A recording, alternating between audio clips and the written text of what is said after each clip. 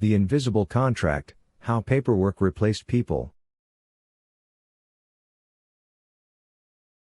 1. The hidden game. It starts simple. You open a bank account, sign a few papers, and, boom, you've just entered a world of invisible contracts.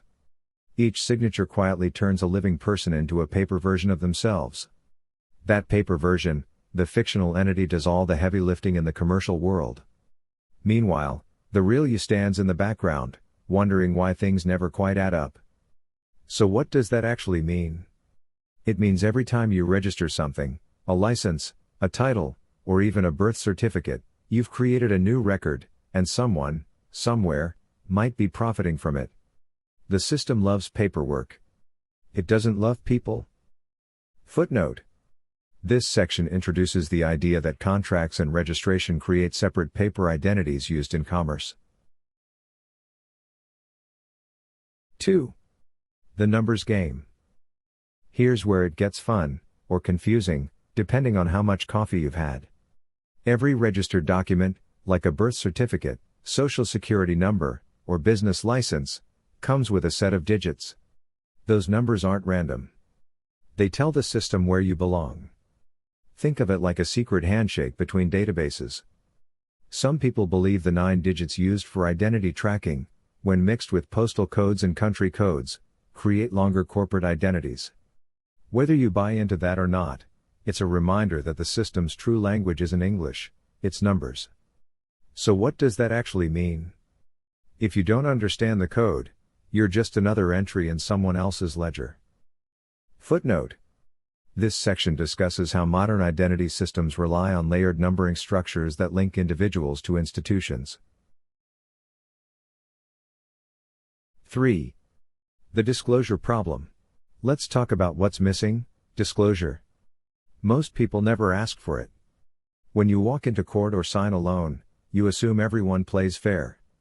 Spoiler alert, they don't always. Every judge, banker, and bureaucrat in that process may have a financial interest in the outcome. Conflict of interest? Possibly. Criminal? Sometimes. But mostly, it's just how the game is played. They know the rules. You don't. The trick? Always ask for disclosure. It's like flipping on the lights in a casino, you see who's really dealing the cards. Footnote. This section stresses that many legal and financial relationships operate without full transparency and encourages demanding disclosure. 4.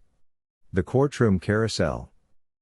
Courtrooms look serious: oak panels, flags, fancy robes, but underneath, it's business.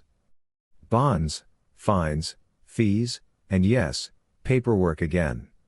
Every traffic ticket, every filing, becomes a security that can be traded or recorded.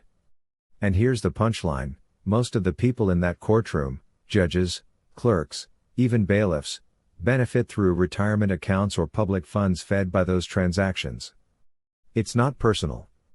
It's just how the machine keeps running.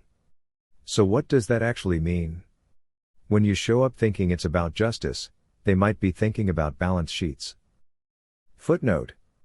This section reveals that the legal system functions partly as a financial mechanism supported by transactional records and public funds. 5. The spiritual twist. Now for the odd part: some people argue that law mirrors theology. Land and sea. Body and spirit. Living and corporate. It's not entirely wrong. Legal systems often blur physical and metaphysical ideas, like birth, trust, and personhood. The old phrase "prince on the land and prince on the sea" isn't about royalty, it's about jurisdiction. If you only see yourself as flesh and bone, the paper world eats you alive. But when you realize your signature is your scepter, you start ruling your own kingdom again. So what does that actually mean? It means the law might be complicated, but your understanding doesn't have to be. Footnote. This section connects legal identity with symbolic and philosophical ideas about sovereignty and self-governance. 6. The punchline. The big takeaway? Bureaucracy runs on belief. If you think you're powerless, you are. If you start asking questions, real ones, the whole structure trembles a little. The system counts on silence. So ask. Learn. File. Question. Laugh if you must. Because even in a paper empire, humor might be your sharpest pen. And remember, if the paperwork made you a debtor, maybe understanding it can make you whole again. Footnote. This section summarizes the report's theme that empowerment comes through awareness, curiosity, and persistence within complex systems.